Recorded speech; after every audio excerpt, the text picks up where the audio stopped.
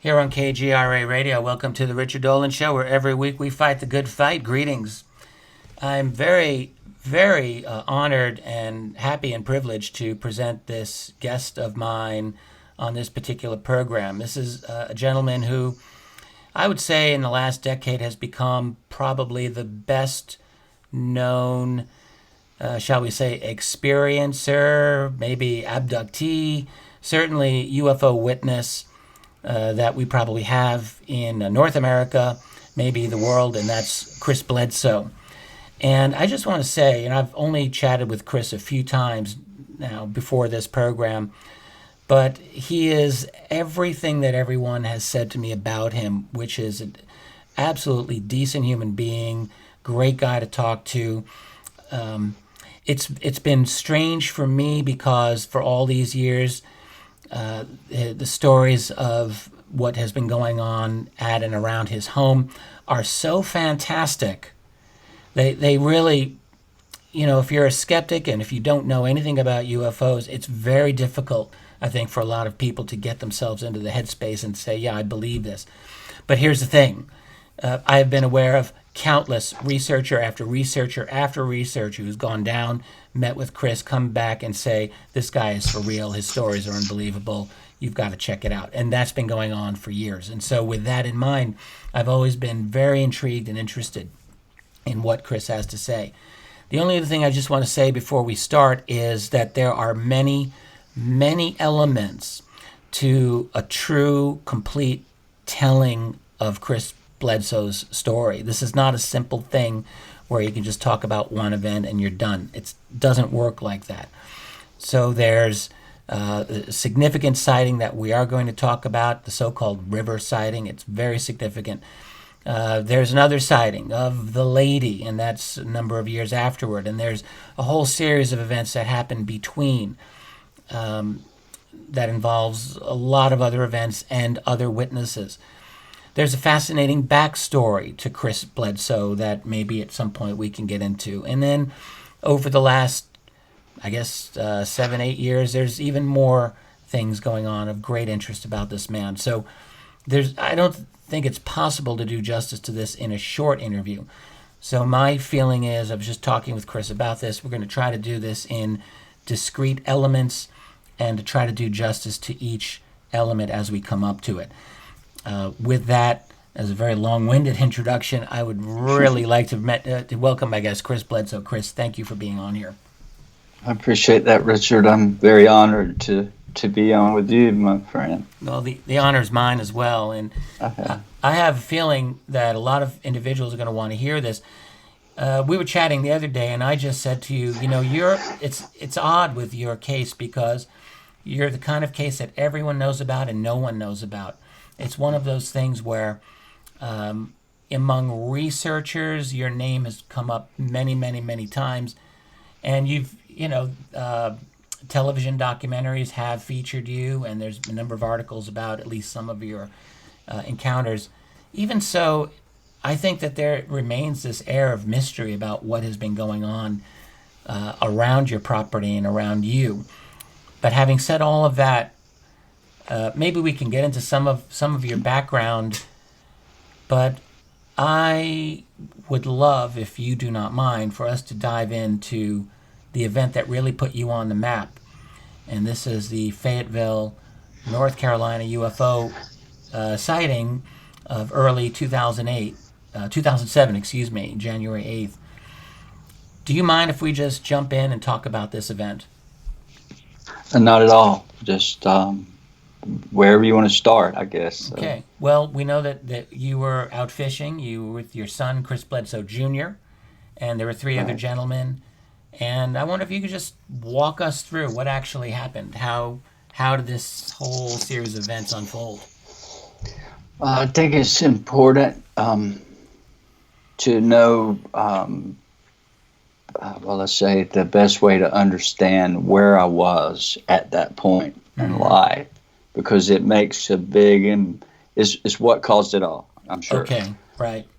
These three guys that were with my son and I were subcontractors that Dad and I hired to build a house at Holden Beach, and they were out of town 4 months on this house, and actually we'd finished the job and paid them. It was like on a Monday or a Tuesday, I think. I'm not sure of the day, but it was a weekday. And they finished the job, came to Fayetteville, and wanted to be paid. And so I went over to Dad's, and he lived next door, and we settled up with the guys. And they were ready to celebrate because of a 4-month job, and asked if I would go fishing with them.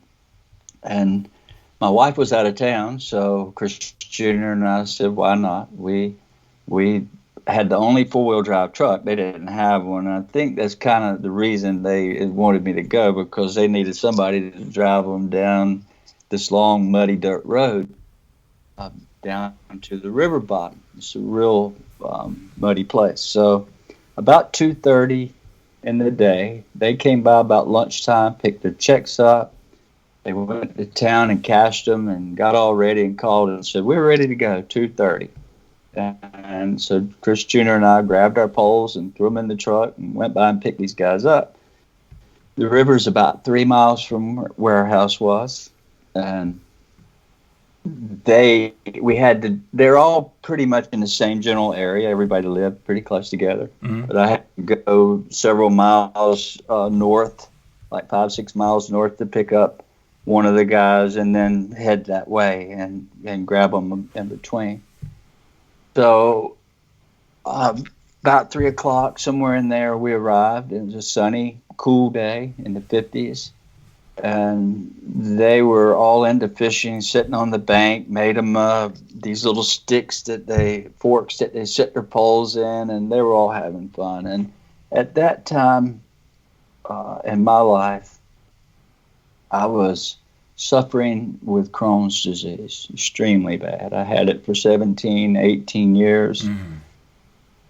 For the previous 2 years, it was hard for me to get out of bed to even go to work. It was that bad.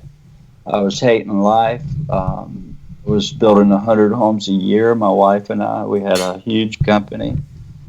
Before that, I was commercial pilot, and left that to build homes, to be home with my wife and our children. So we had 4 children. So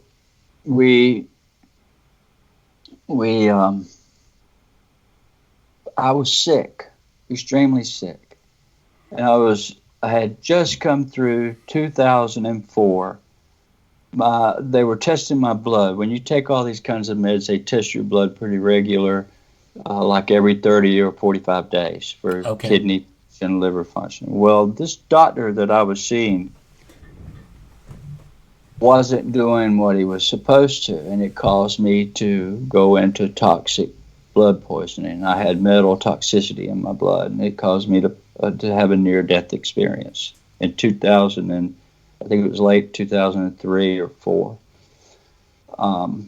So with that, my wife sold our business, and it was a huge building company. We were doing huge numbers, 15 million a year in sales or more. And it was a monster she couldn't control, and I'm in bed and in and out of the hospital, and I couldn't. So I was really depressed. I was really sick, and I was ready to give up. But I have these children, my wife that I love, and that's the mindset, Richard. So that day on the river fishing. So you had just basically lost this business. Everything. You were feeling rock bottom. Yeah. I was bottom of life. And all I could think about, when I dropped these boys off to fish, I didn't drop them off. I drove up my park. We got them situated. That's what I do, managing people, working. And I said, look, guys, I'm going to go down in the forest. We're in a cul-de-sac.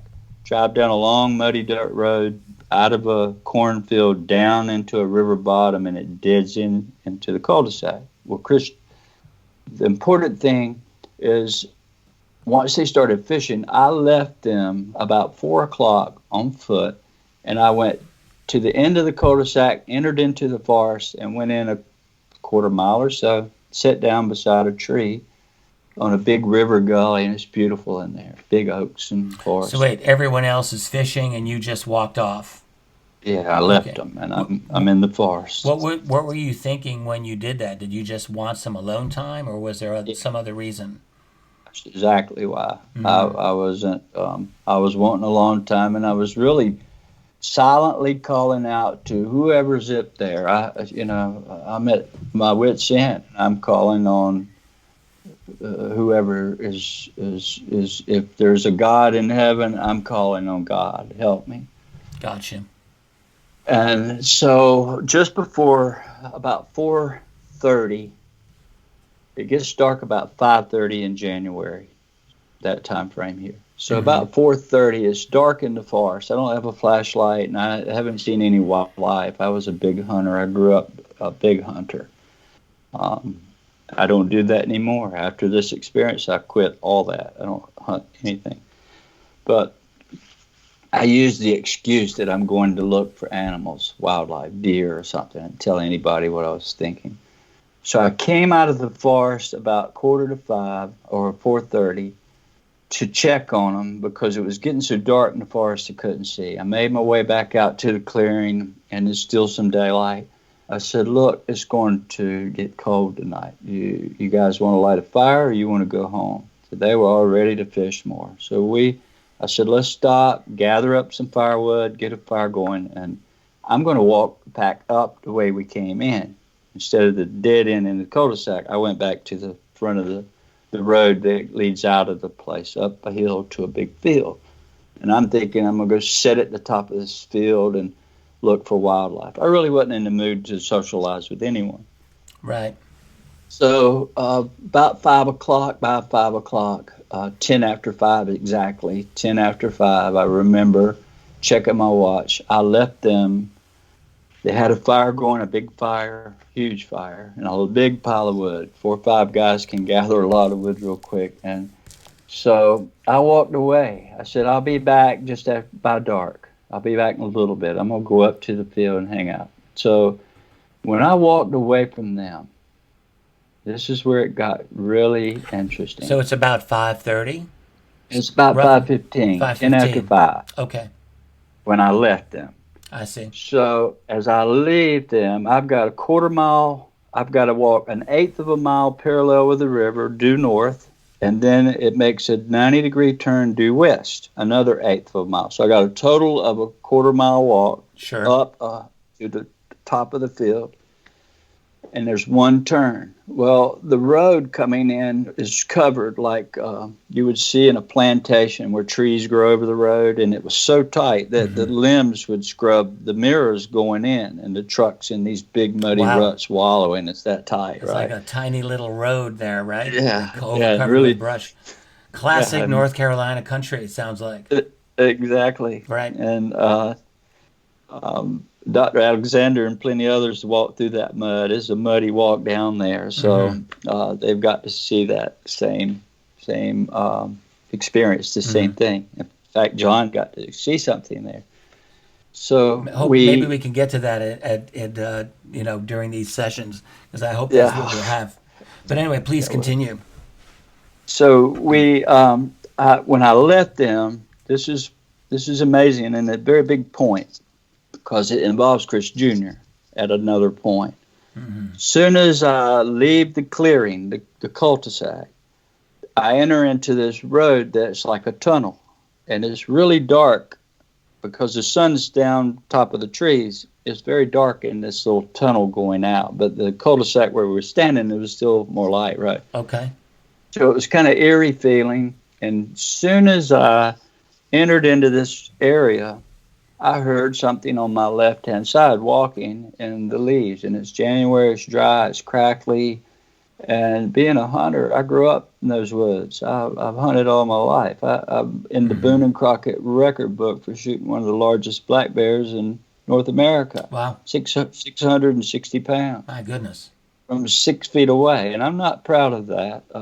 I regret it now because of the way I see Hmm. things. But back then, nothing really scared me. But that Hmm. night, something got under my skin. I heard this walk beside me. I stopped. I thought maybe it's a deer. Well, when I stopped, it stopped. I walked on 10 more feet, it started walking. Then I noticed it sounded like 2 feet. So it got my nerves to, my skin to crawling. Right. So I It's stopped, and it obviously stopped not your again. son. It's obviously not the other gentleman who you're fishing with. No, they're behind me at the fire Right. on the bank, and this thing is immediately tracking me along beside me in the woods. And I got down on my knees 3 times in an eighth of a mile before I got to the bend, trying to see if I could see what was following me in the forest, because it wasn't a natural sound. So when I got to the turn and I'm facing west, now the sunlight is coming down directly down this westerly turn. So I have a little more light and I'm not so nervous, and that sound left me. I don't hear it any longer. So I had this big sign of relief, this big feeling of, wow, that I just got to move myself on up to the field. I really was unnerved there. And that's the first time in a long time that happened. But still, you were not seeing anything, is that right? You were just hearing footsteps. Did they sound heavy footsteps, light footsteps? Were you able to get a sense of what kind of person or creature this was? I had no clue other than it sounded like 2 feet. I was thinking turkey, bird, anything. But after I got to this turn halfway and started west, it kind of left me, because I thought maybe it was a bird, a turkey or something in it. And, I just kind of pushed it aside. I hadn't thought of a UFO ever or any paranormal thing in my life. I'm dealing with, the sickness but here's what got interesting. I've got an eighth of a mile to walk. Now I've turned west, and now the whole next eighth of a mile is uphill. So I've got to go up to a flat cornfield. So I'm walking and I'm watching every step, because it's getting dark and it's muddy, and I didn't want to walk through these muddy ruts. And as I got near the top of the hill, I couldn't see I couldn't see the field. I could just see the light coming where the road. And it was a narrow view, just a narrow road. So I only had a small, no peripheral, just straight ahead. Yeah. Right. And the closer I got to the top of the hill, the more all of a sudden there is this the sun, looked like the sun. I could see one sun setting like the top of it at the top of the trees. And I thought, that looked strange. Looked very close. But I look down, I'm watching my feet, and I look back up, and it's growing. It's starting to get above where I can see more of it. As I get higher up the hill, I can see more of this ball of the sun. It looked like the sun when it sets in the evening, and you can look at it, it doesn't hurt your eyes. Fooled me for a second. And this would have been around sunset, as far as you could tell. Yeah, it was exactly. Okay. Yeah. So I'm looking what I think is the sun at the top of the tree setting. And when I get on up towards the top of the hill, my view opens wider. And now here's a second sun setting beside that one to the left of it. And I thought, oh my God, that's all I could think. Right. My hair is standing up right now, just remembering the shock from seeing two suns, which were a half a mile at the most away, I would think, and just above the trees. So can I ask you, when you say this looked like the sun, did it literally look like the sun, or sort of? I mean, how would you say exactly this thing looked? Did it look like an aerial object, or actually like the sun? No, it looked like when I got to where I could see it good, and I actually I would use the hill to duck down and hide myself. I would peek my head up, and there they were, two of them, and they were They were about 40 or 50 feet. It looked to me around each one. If I had to guess, actually, that's the size we all came to when we were leaving, and it was in the road in front of us. Okay. But they looked really big. They looked fairly close, and there was fire rotating around and around in a clockwise motion, and little flames were shooting off the tips of these balls of fire. I knew it wasn't anything from this world, and it was the shock of my life. I'm terrified. So So I again, I got just want to scared. make sure it was one single object, and then there was the actual sun. So it was one craft, or No, was it two? It was two it was, craft. yeah. When I got there and realized the sun was already down behind the trees, Okay, it that's what I wanted to was. make sure. So these were two actual craft, and was it still? How dark was it? Otherwise, was it now quite dark, No, it was still, when I got to like the dusk? field, it was still dusk, yeah. Okay, And okay, it was about 10 to 15, maybe 15, 20 minutes after 5 at the okay, most, because I great. left at 5:10. I stopped 3 times on the way, unnerved by what I was hearing in the forest. It took me 10 minutes to walk that little bit, 15 at the most. And Were they so high in the sky above you, or low on the horizon? Where would you say they were? they were just above the trees, and they were on the other side of the field. The field's Okay, 200 yards across, maybe, from where we I were see. to the main highway. You had to cross the cornfield to get to the main So kind of highway. low in the in your line of sight, it would sound like. Yes, just Okay, above the trees, I see. Okay, and just thanks. beyond the other side of the field. They were Got it. really close, and they Right. were big. Wow. And I'm going through every thought in my head, and I just got plain terrified. It Mm-hmm. scared me that bad. So I started thinking, I'm going to run. I've got to get back to the fire. I got to get to my son. I've got. That's all I could think. I'm panicking now. I got Right. to Of run. course. Right. So I'm freaking, and I look behind me like I'm making my way. I turn my head and look down the path like I'm going to run, and I'm trying to scope my best route down the hill, and I'm hiding, right? So I pop up and I turn. My body's already turned to run, and when I look back to see if they were still there, at that instant, a third one came from above me, but it was up above me, and it appeared out of, it looked like a hole in the sky. It just came out of nothing. It just appeared and shot down. Within 1 second, it was beside the other two. And at that moment, I knew I was about to run. Yeah. I I want knew to. it. I want to just focus on that. This is one element that I think is pretty well reported when it's your case is discussed. You had the two objects, and then this third, very very rapid. Like, Yes. would you say? I mean, how could you give a sense of how fast was it? Like an instant kind of a thing, or was it just like really fast? Do you know what I mean? It, Like, can you give a sense of how fast was this to you? one Just second from a long ways away to, for the time it appeared to the time it stopped, and it made a long distance. It was maybe 1 second, that's maybe yeah, it was maybe very two. very fast. So now So you've it got these knew, three and objects. Wow. go ahead. I'm sorry. No, no. Well, so I'm you got three objects there, and you're meanwhile you already decided I want to get out of here. yeah. So what did you do next? So this is the crazy thing. Well, this is when I say crazy. This is where for a long time I didn't understand. I had a hard time with this because the next thing I remember, I'm running up to the fire with this excitement. I was excited. I wanted to tell the guys what I had just saw. Because all I could think of is it happened 5 minutes ago. I Right, mean, of I course. could not imagine that when I got to the fire, the guys were like, "Where in the world have you been?" I said, "What do you mean? I was just up at the fire. I mean, up at the hill." They Hmm. said, "No, you haven't."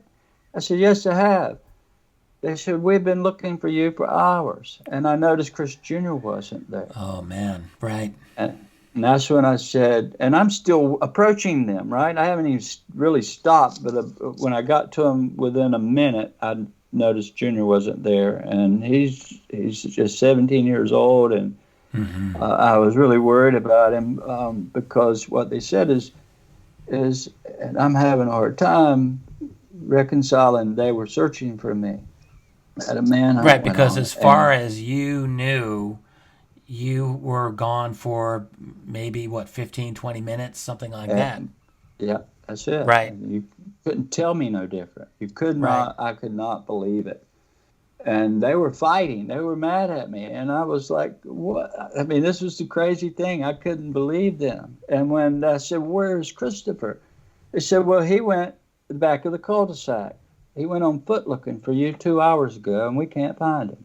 That's what they told me. I'm like, "Oh my God!" Now here I'm panicking that, and I'm totally lost for not understanding what was going on. You just have to have that mindset to understand where I was. And Chris, I just want to jump in for 1 second and we're going to take a very, very quick break. And when we come back, we want to continue what's happening with Chris Jr. and the rest of this encounter. So I want to have listeners just stick around. I'm here with Chris Bledsoe. This is one of the first interviews I think that you've done probably in a long time. This is the Richard Dolan Show, and we will be right back.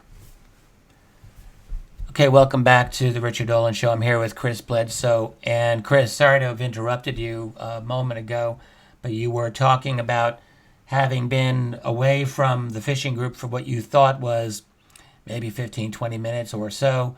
Turns out it's a couple of hours.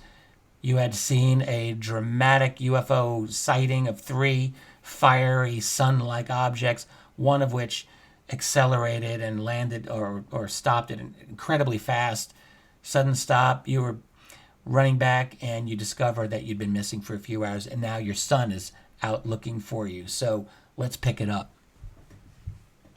Okay. Well, I discovered Chris Jr. was not at the fire, so I panicked, and I left these guys. They're very quiet. They were all happy and joking and fishing and having fun, and now they're very quiet and serious. Couldn't compute with that. So I left on foot. I ran in the dark to the back of the car, and I'm shouting Christopher.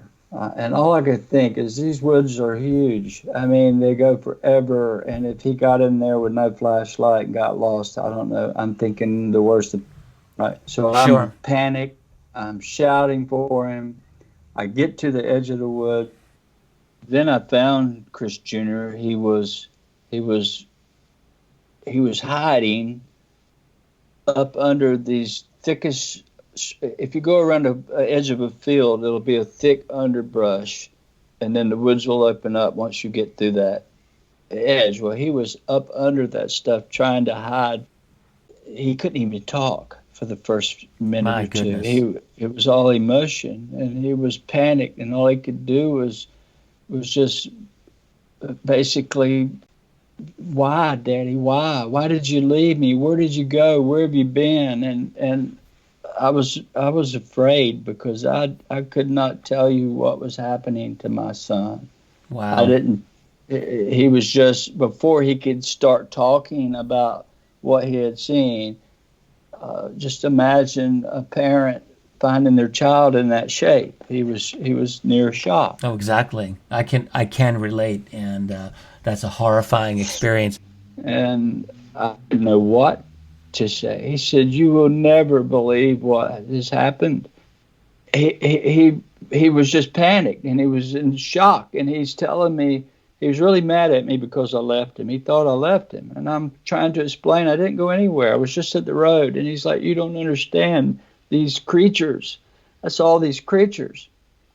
So he began to tell me that the road that I left out on, when I walked out of there down that little road, and I heard this noise. Well, Right. It was from that area that he looked back that direction. Remember, he was at the back of the cul-de-sac. He's looking across the cul-de-sac to the way out, and Yes. he sees 2 red orbs about the size of a baseball floating above the ground about 150 yards away in that road, right where I just left out of there. Okay.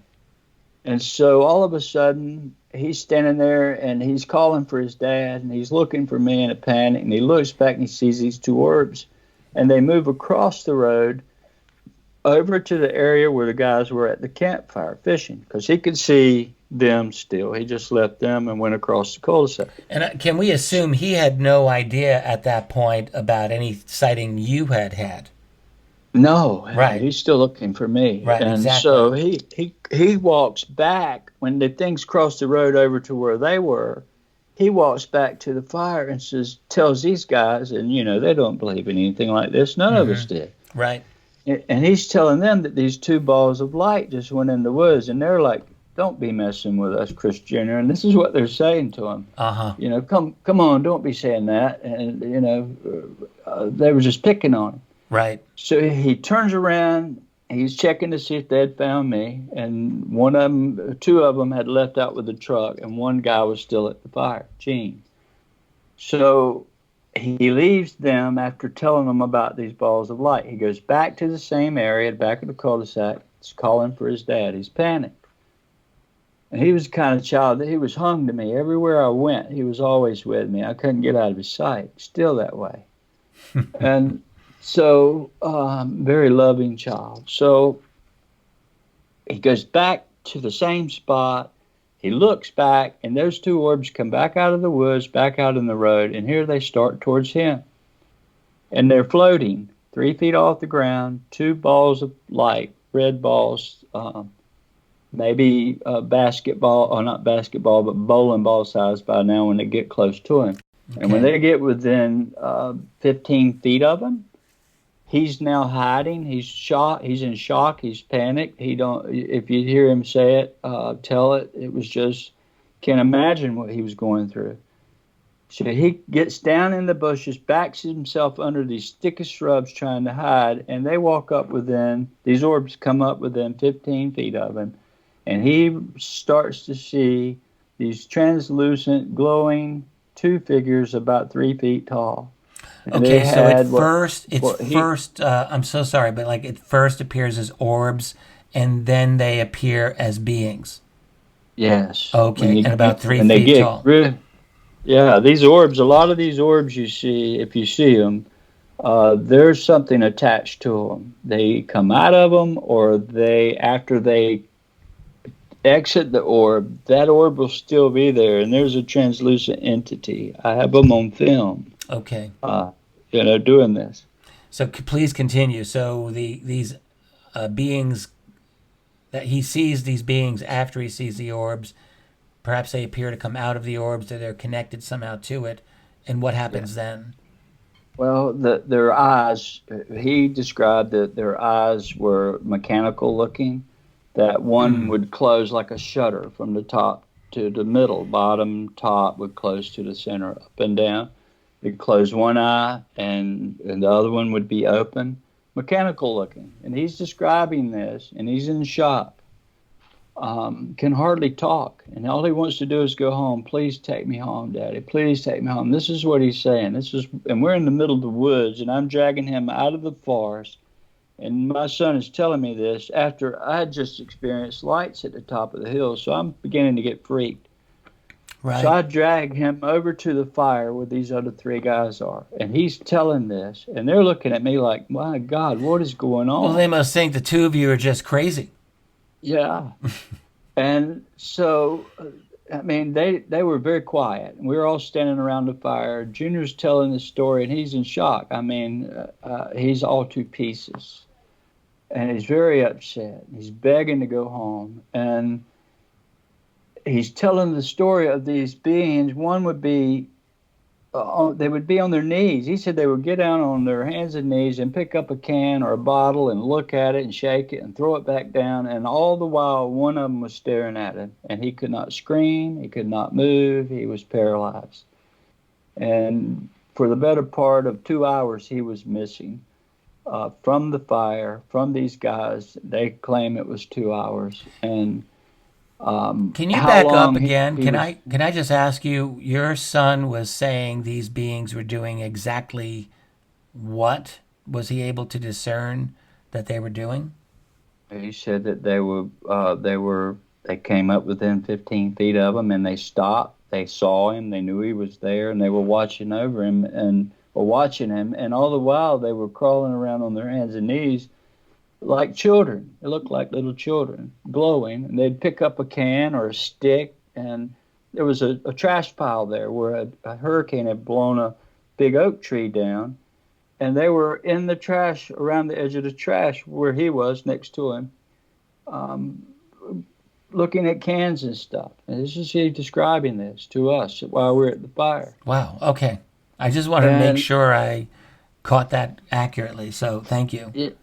yes, and he said, all of a sudden, here comes the truck, which verifies they left looking for me. They come back down the path coming into the cul-de-sac, and when the lights came down the path, he said that they dove in to that hole where the stump was and were laying flat on the ground, but he could still see their eyes shining. And all this is happening very close to him. So when I find him, I get him back to the fire. And I've said that too many times, but I repeat myself. But when I got him back to the fire, he went through this whole story.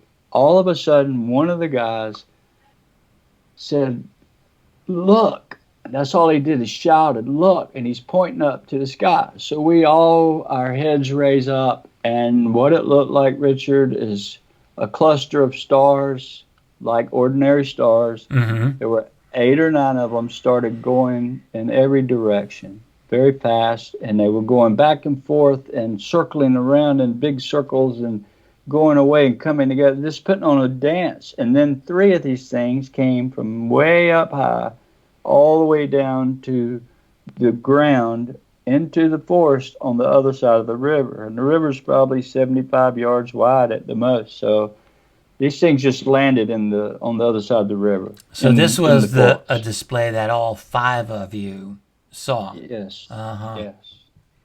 So at that very moment, after Chris Jr. telling the story and they looking for me, and it wasn't 2 hours, it's 10:30 now.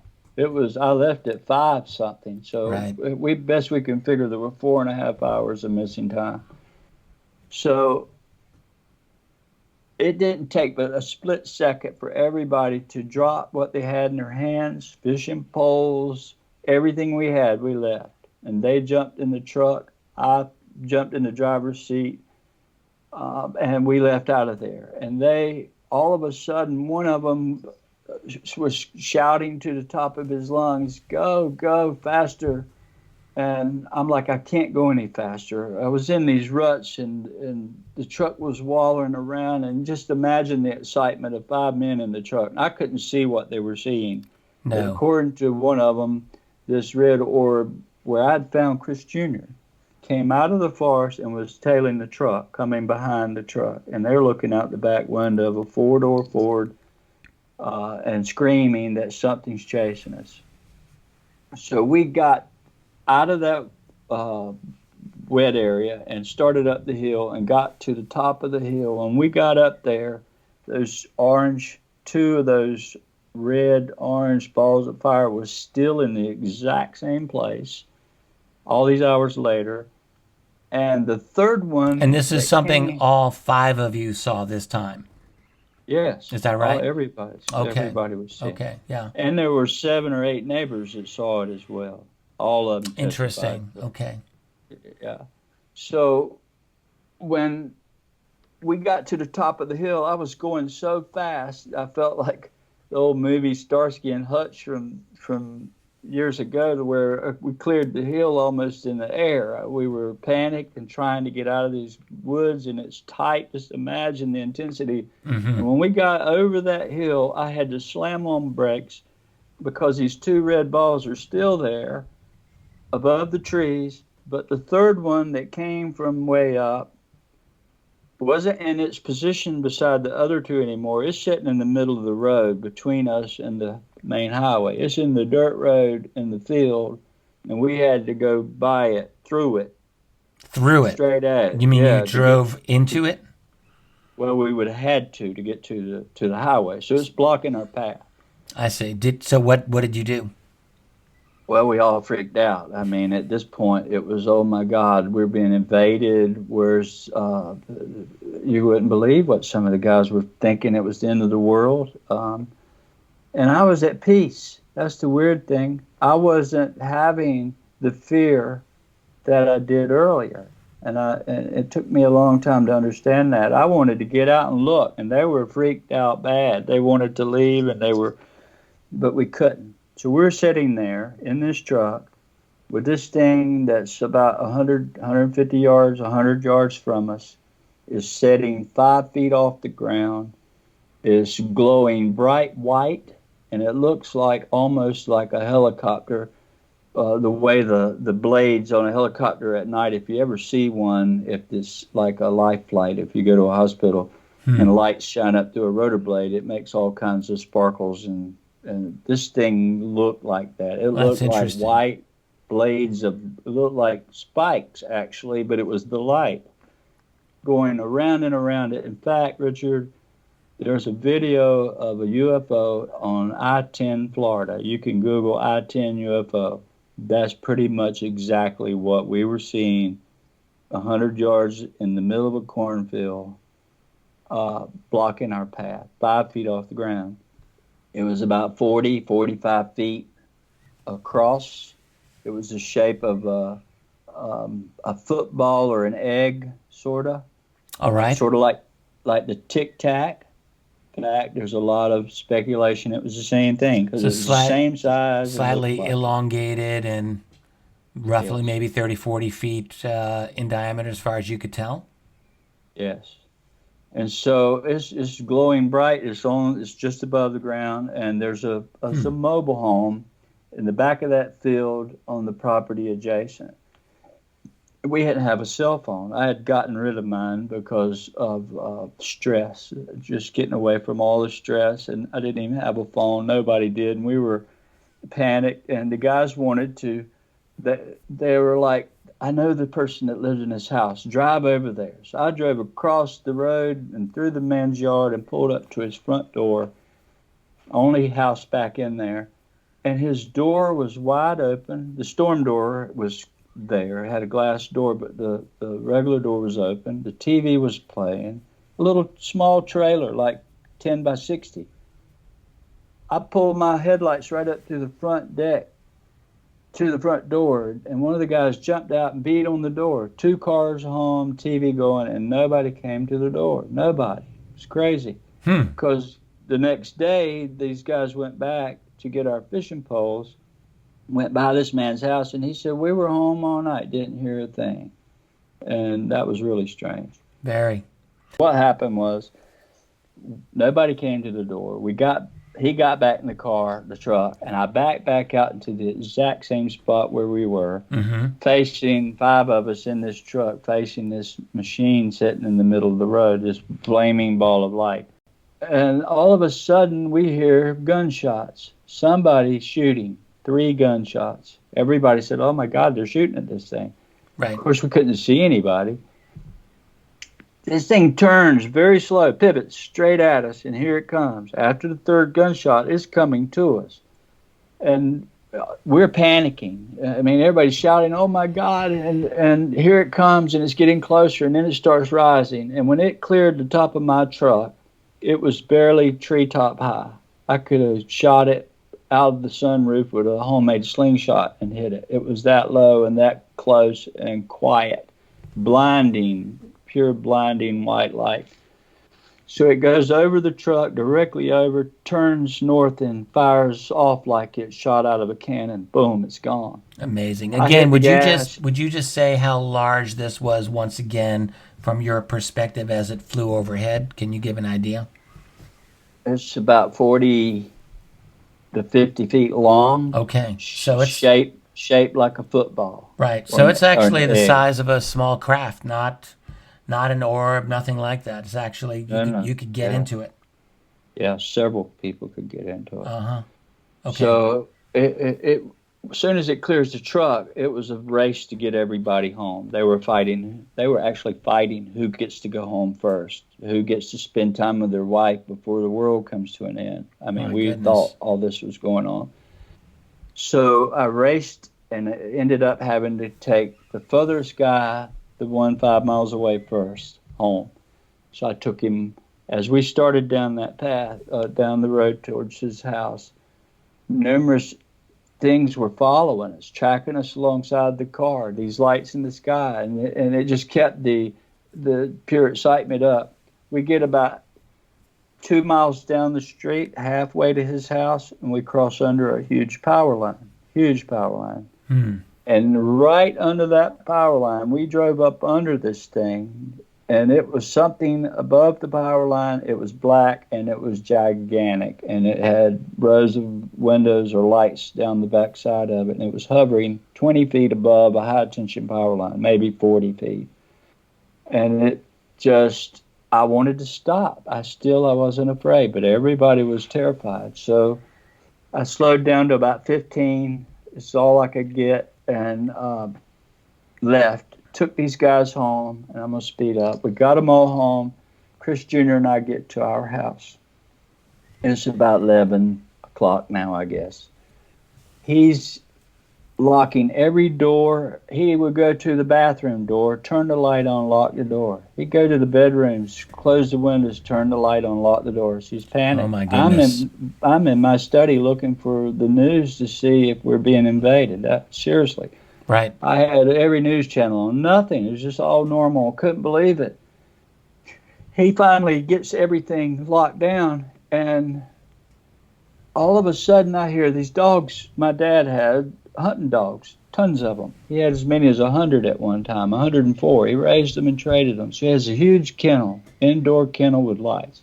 Mm-hmm. But it's back in the forest, in the woods from the house. I live right beside him.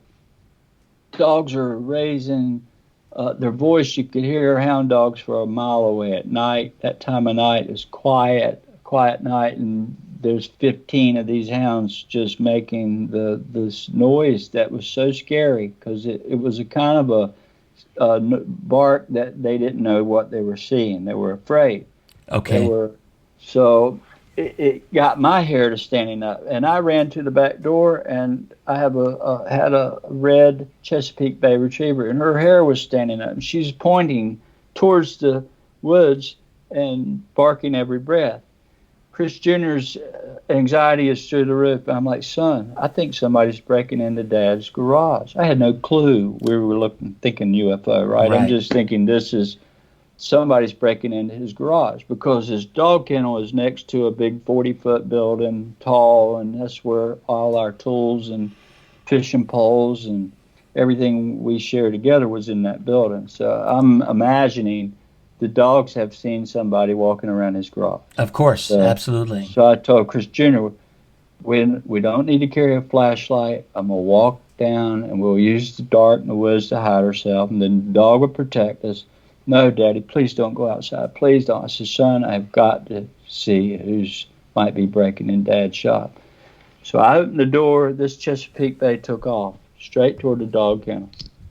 So Christopher and I, when I opened the door, he grabbed me by the shirt and wouldn't turn me loose, and I walked, kind of a brisk walk. The dog stopped, looked back at me. I followed her on into the forest, right up to the dog kennel. When I got to the dog kennel, it was deafening.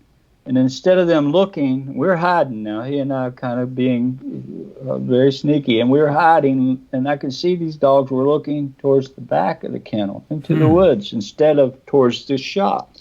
That threw me for a loop. And Rosie is pointing into the forest, and her hair is standing up, and she's just growling. And I'm like, oh, my God, there's something in there, maybe a bear. That's what I told Junior. We're whispering. I said, I'm going to send Rosie in. Whatever's in there, she'll push them out.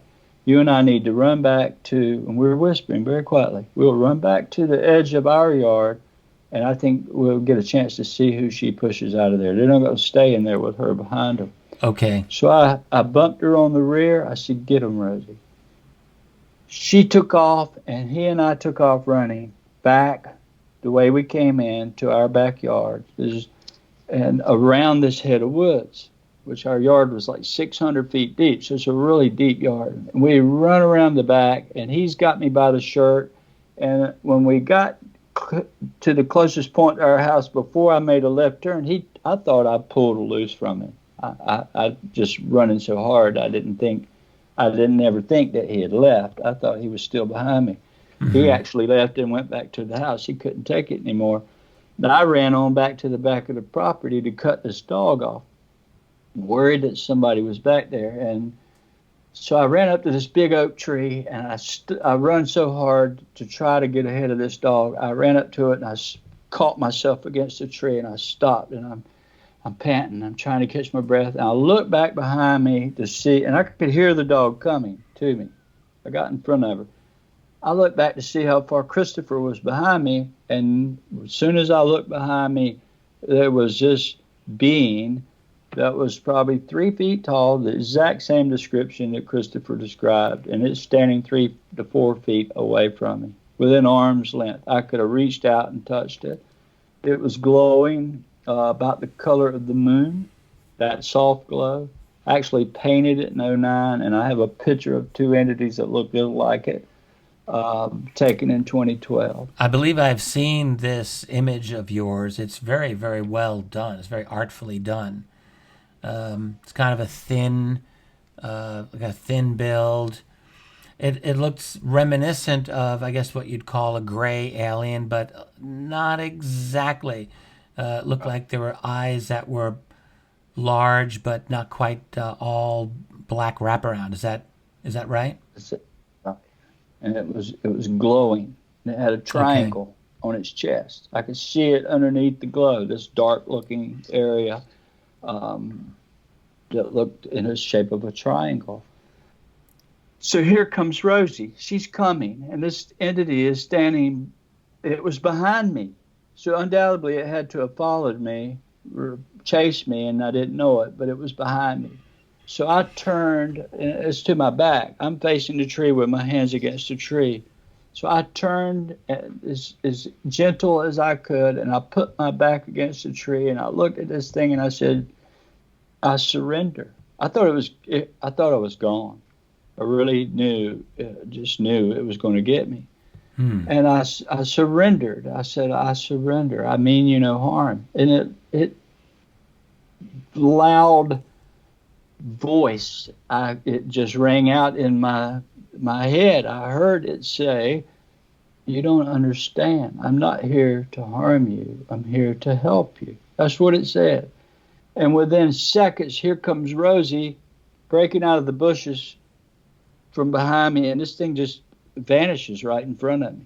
The dog runs on another quarter mile or more out of here, and I didn't see her for a day or so. It was close to 2 days before she came back. She ran away in fear?